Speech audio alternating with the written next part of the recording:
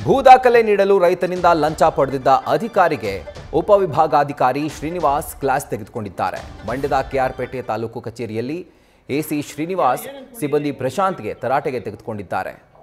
ಅಭಿಲೇಖಾಯ ವಿಭಾಗದಲ್ಲಿ ರೈತ ಭೂ ದಾಖಲೆ ಕೇಳಿದ್ರು. ದಾಖಲೆ ನೀಡೋಕೆ ಸಿಬ್ಬಂದಿ ಪ್ರಶಾಂತ್ ಲಂಚ ಪಡೆದಿದ್ರು.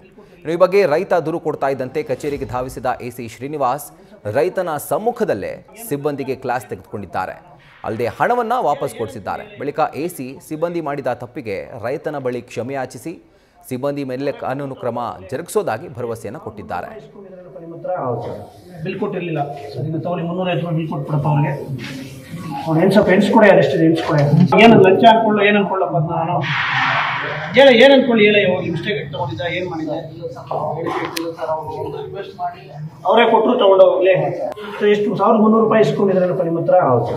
ಬಿಲ್ ಕೊಟ್ಟಿರಲಿಲ್ಲ ಸರ್, ಈಗ ತಗೊಳ್ಳಿ 350 ರೂಪಾಯಿ ಬಿಲ್ ಕೊಟ್ಬಿಡಪ್ಪ ಅವ್ರಿಗೆ. ಅವ್ನು ಏನು ಸ್ವಲ್ಪ ಎಣಿಸ್ಕೊಡೆ, ಅದೆಷ್ಟು ಎಣಿಸ್ಕೊಡೆ. ಏನು ಲಂಚ ಅನ್ಕೊಳ್ಳೋ, ಏನು ಅನ್ಕೊಳ್ಳಪ್ಪ ನಾನು ಹೇಳ, ಏನು ಅನ್ಕೊಳ್ಳಿ ಹೇಳ. ಹೋಗಿ ಮಿಸ್ಟೇಕ್ ತೊಗೊಂಡಿದ್ದ, ಏನು ಮಾಡಿದ್ದೆ.